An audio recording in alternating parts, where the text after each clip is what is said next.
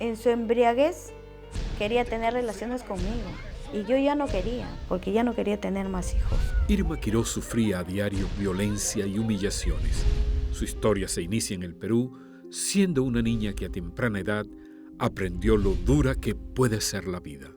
Mi infancia fue una infancia muy triste. Soy hija de un padre delincuente. Había mucha pobreza en mi hogar. Mamá tenía que trabajar lavando ropa para poder mantener nuestro hogar. La ausencia de su padre, quien pagaba condena en prisión, conducía a la pequeña Irma a formularle serios reclamos a Dios. Yo le decía, ¿por qué no puedo tener un padre en la casa? Reclamaba el cariño de un padre. Yo lloraba porque sentía el deseo de tener un padre en mi casa. Y aquel deseo se convirtió en realidad. Su padre salió de prisión y regresó a casa. Pero fue terrible porque él traía todo el ambiente carcelario a mi casa. Todas esas formas de vivencia que vive el delincuente en una cárcel, él lo aplicó en nuestro hogar. Nos hacía trabajar, hacer canastas, lo cual él aprendió a sobrevivir en la cárcel haciendo canastas. Hacíamos canastas para poder comer, pero luego él recolectaba toda la plata y se iba a tomar con esa plata. Irma veía con tristeza cómo aquel sueño de tener a su padre cerca se había convertido en una horrible pesadilla. Todo era pleitos, discusiones, todo era pegar, porque él venía borracho, alcohólico, ya venía gritando y yo tenía muchas veces que esconderme abajo de un mostrador hasta que venga mi mamá. En ese tiempo lo odiaba a mi padre con toda mi alma. Y este profundo sentimiento de odio se intensificó al extremo que al llegar a la juventud, Irma buscó la forma de vengarse de su padre. Muchas veces lo quise matar cuando él estaba dormido, borracho. Agarré una chalina y lo estaba ahorcando cuando él estaba durmiendo borrachito. Y mi papá sintió y dijo, ¿qué pasa? ¿Qué te pasa? No, te estoy abrigándole. Siempre fingía ser muy buena, pero era mala, porque la vida me hizo así. Confundida por todo aquello que estaba viviendo y sin tener una adecuada imagen masculina, Irma buscó en la calle aquello que no encontraba en casa. Comencé a escaparme de la casa a las 3 de la tarde porque era la única hora que podía salir porque mis padres se iban a tomar y mi mamá se iba a trabajar. Entonces de ahí ya tenía enamorados, muchachos donde yo quería inconscientemente que ellos paguen lo que yo había vivido en el hogar. Y me burlaba de los muchachos, lloraban. Me hacía la muy querendona y después los botaba y me gustaba que lloren atrás mío. Y en medio de aquella serie de noviazgos fugaces, Irma conoció a César, un joven que tuvo un fuerte impacto en su vida. Le manifesté que quería estar con ella y que si pudiera ser mi enamorada, ¿no? Y me aceptó, ¿no? Yo me sentí contento. Y no sé si me llegué a enamorar, la cosa que fui su mujer. Y tuvimos la segunda relación y salí embarazada, cosa que yo no planificaba, quedarme con esta persona. Le llego a decir a mamá y mi mamá inmediatamente fue y se lo dijo a mi papá. Y mis padres me botaron, a las 3 de la mañana me botaron. Forzados por las circunstancias, Irma y César decidieron convivir juntos. Pasamos unos 2, 3 meses regular. Luego él empezó a tomar bastante, me pegaba, me botaba. Cuando comienzo a convivir, me volví un alcohólico prácticamente. En ese entonces sí le faltaba bastante el respeto a ella.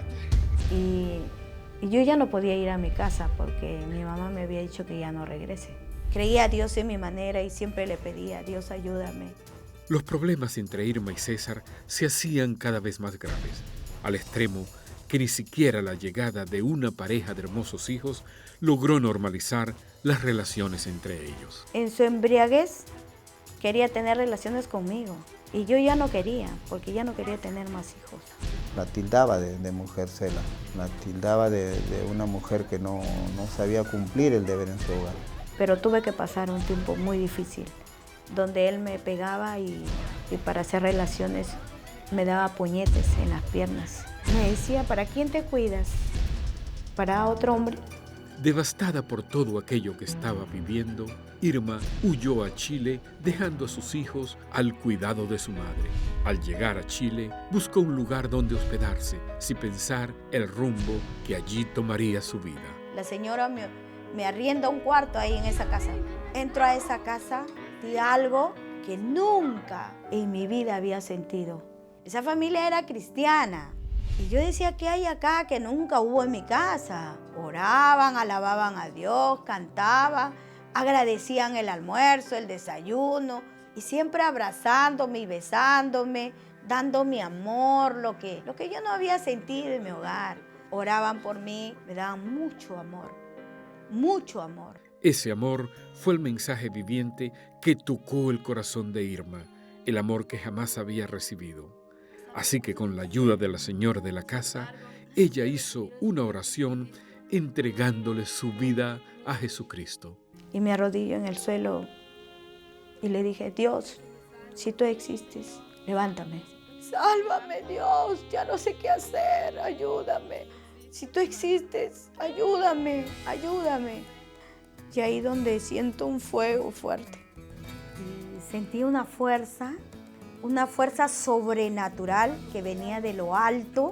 Ahí yo recibo a Cristo. Al haber experimentado la presencia de Dios en su vida, Irma comenzaría a evidenciar una serie de cambios muy positivos. Mi vida era otra. Desde ese momento mi vida fue otra ya. Comencé a querer buscar de Dios. Yo sentí en mi corazón un espíritu de piedad hacia las personas que me habían hecho daño. Sin embargo, su fe en Dios sería puesta a prueba cuando llego a la casa donde yo vivía y me encuentro con la sorpresa que el papá de mis hijos, estaba ahí. Una sorpresa tremenda para mí, porque me vino a mi mente muchas cosas. El pasado, ¿no? Se sorprendió de que yo haya llegado ahí. Ella no esperaba que yo llegara a ese lugar donde yo estaba viviendo. César estaba viajando a la Argentina en busca de trabajo y en su paso por Chile quiso darle a Irma una carta que sus pequeños hijos le habían mandado. Me dice que no tenga miedo, que él estaba de pasada, pero Dios tenía propósitos para ese varón también en ese lugar. Un lapso de 2 meses pasó que me quedé ahí en Chile, yo trabajando, y había días en que nos encontrábamos y ella me iba contando de que las personas con quien ella frecuentaba eran cristianas. Y precisamente fueron aquellas personas quienes invitaron a César a una cena donde le compartieron un poderoso mensaje del amor de Dios, el mismo que lo motivó a declarar: Señor Jesús, estoy arrepentido de la vida que estoy llevando, perdona mis pecados y haz que yo sienta en verdad que tú vives en mí. Sí, acepto recibir a Cristo en mi corazón. Y desde aquel día, Dios comenzaría a transformar radicalmente a César. El primer cambio fue de dejar el alcohol, que por muchos años me había hecho daño.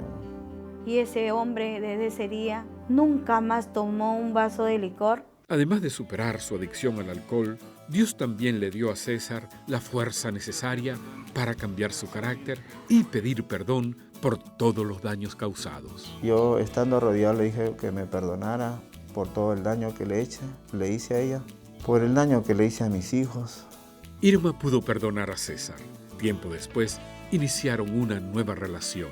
Volvieron al Perú, donde se casaron y junto a sus hijos formaron un hogar sólido basado en valores cristianos. Poco a poco veías transformación en él, cambiaba ya con sus hijos, más responsable con mi vida, el trato era muy diferente, totalmente cambiado.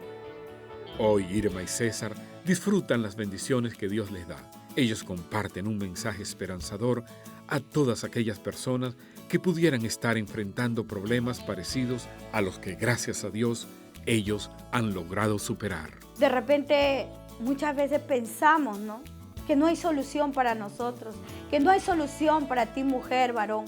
En Cristo hay cambios totales. Yo estoy muy agradecida con Dios. Y la esperanza está en nuestro Señor Jesucristo. Aceptarlo a Él como su Dios, como su Señor, como su Salvador, para que puedan restaurar el hogar que ellos han perdido. Cuando todo parecía perdido y sin esperanza, cuando todo indicaba que la vida de Irma Quirós tendría un triste final, En ese preciso momento, un rayo de esperanza brilló en su camino. Ella descubrió que había una nueva vida a la cual no conocía. Ella abrazó esa nueva vida y hoy es una mujer con una nueva mente y con un propósito para vivir. Si es lo que deseas, una nueva vida, entonces llámanos. Queremos ayudarte. Ya regresamos.